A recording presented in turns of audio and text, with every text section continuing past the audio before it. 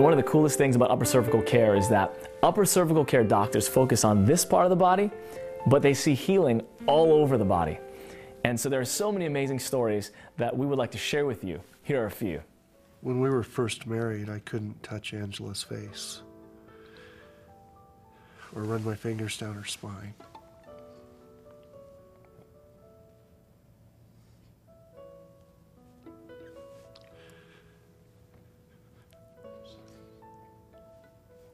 I've always been very proud of how she handled all that pain. At school, sometimes kids do these posters and they put their hands in paint and they stick their hands on the poster. And she wrote this, it was Father's Day, "Dear Dad," and of course they helped them write this stuff, but it was in painting. "I really love you, I hope you get well." Two little hands. She knew I was sick. She didn't know why. And I didn't know why.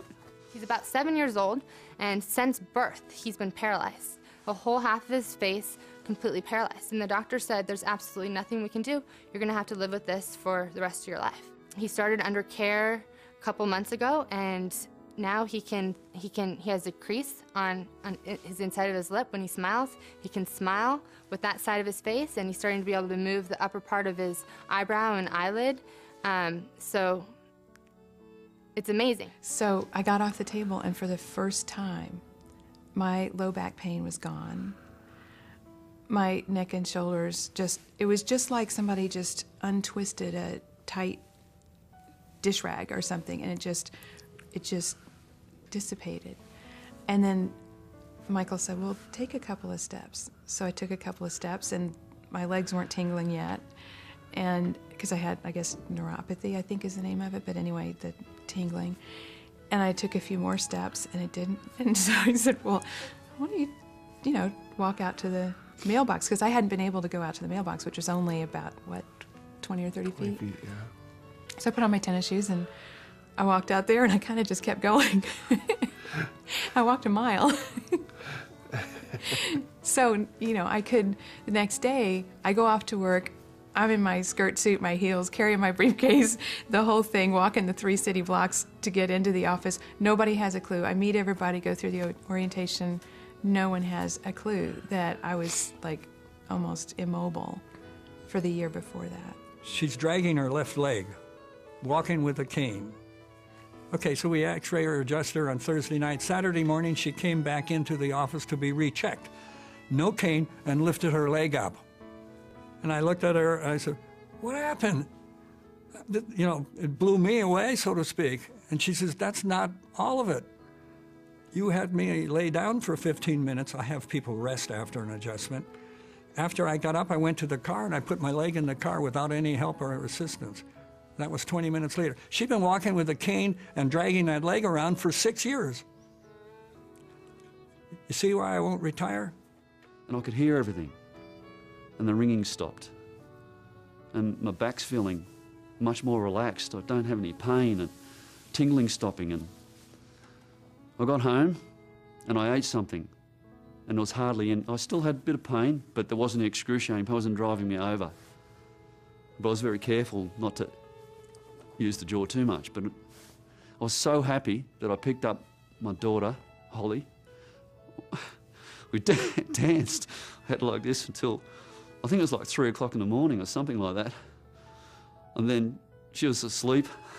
I took her up to bed, put her down, and I crashed out. And I don't know, I think it was 12 hours, 15 hours, I'm not quite sure. It was a long time. And I woke up and I felt I was a 21-year-old again. And I'm looking in the mirror, and my head's not like this anymore, it's like this. I have a patient who has cerebral palsy, and a 13-year-old boy. When he first came into my office, he's had multiple surgeries on his arms and legs because his bones were twisted. And when he first came into my office, his right foot flared out, almost horizontal compared to the left foot. The next time he came in to see me, his foot was almost parallel to the other one. The next time, 3 days later, he came in to see me, his foot was almost parallel. And he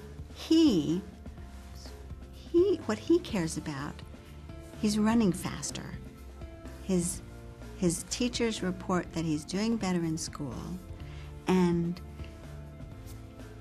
I mean, it's changed his life. She came in 2 weeks ago and had this smile on her face, and I asked her, I said, what's going on? And she looked at me and said, I'm pregnant. I said, you're pregnant? That's amazing, congratulations. I said, how long have you been trying?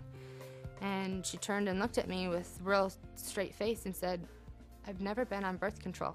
We just never thought I could get pregnant, that I could conceive. And then she turned to me and said, I know it's been being under this care. I know upper cervical specific care has changed my life, has allowed my body to function the way it's supposed to, and given my body then the ability to function properly so that I could then conceive. There was a 10-year-old boy who, his sister and his mother and father are real good patients. And last Thanksgiving, you know, Thanksgiving is Thanksgiving, you say thanks. The family gets together and grandma is there and they're all holding hands at the table and they have to say, what are you thankful for? Each person. It came to that 10-year-old and he says, I'm thankful for Dr. Kuhn. And it isn't just me, it's recognizing that he has his health. He could come in with a flu or a cold and get adjusted and the next day be fine. And he sees his other kids in the classroom all sick and whatever. And he was smart enough to say, I thank you for Dr. Kuhn. I really appreciated that.